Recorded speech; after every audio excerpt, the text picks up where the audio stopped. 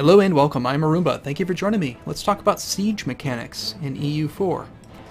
So let's say that you're at war and you are used to playing another game, perhaps like Crusader Kings 2 for example. You're looking at your siege indicator, or maybe you're looking at your outliner and you see that you're at negative 49% siege. And you're thinking to yourself, how can you possibly be at a negative percentage? Well, that's because the number is kind of silly in my mind. It doesn't make sense to have a negative percentage, but that's just how the game is indicated. So, this is how it works. Each tick, each siege phase, is going to depend on a few things. There's a base of 1 month. It takes 30 days for each siege tick to happen. The higher your prestige, and in this case, the fact that they are pious, and I'm attacking a Sunni, so the fact that they are pious and they have prestige, and there's a difference in our tactics score, ends up giving the siege phase a modifier, and we end up at 34 days. So every 34 days, we're going to roll a 14-sided die. Okay, so you can see that here. Each time a siege phase happens, a die 1 to 14 is rolled. That roll is then added together with the siege modifiers, in this case, -2, because of the fort level. The results of the roll are as follows, and then it's listing out the potential things that could happen. In this case, with the current scores, there's a 42% chance that the number is going to fall somewhere between 5 and 10, in which case a supplies shortage would happen. A supplies shortage would add +1 to the siege status. Siege status is this number here. That is part of the number that gets added into this number.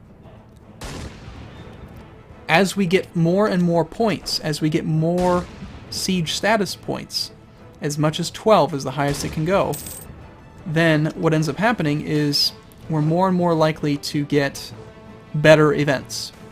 For instance, like a food shortage could happen. Let this tick for a little bit. So there, a siege event just happened. We got +1. The last event was a supplies shortage as expected. Now our likelihood goes up to 50% that we're going to have a supplies shortage.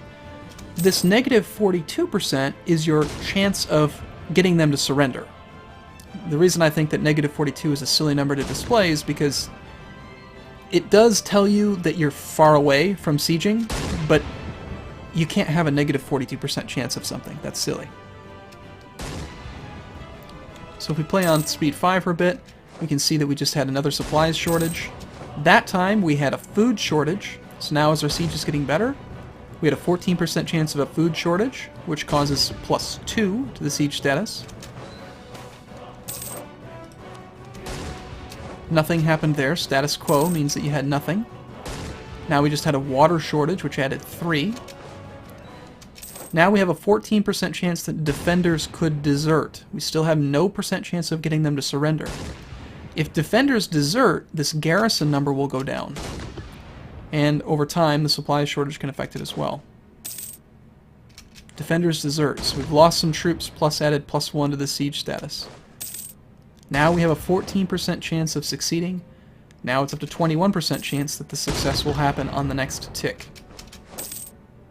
Instead, we got another supplies shortage. Now we're almost capped out on siege status. Some things that you can do to improve your likelihood of actually getting the siege to happen quicker is if you have a commander that has siege values on him. If you bring artillery, you can see that in this case, depending on the fort level that we're attacking, 1 artillery would give a +1 bonus, 4 artillery would be necessary for a +2. If we brought 6, we'd get +3, etc.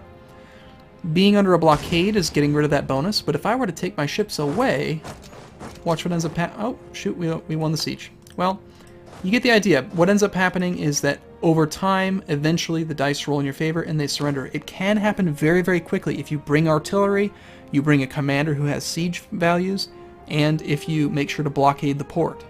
So that is how siege effects or siege mechanics work. Thanks for watching. We'll see you in the next video.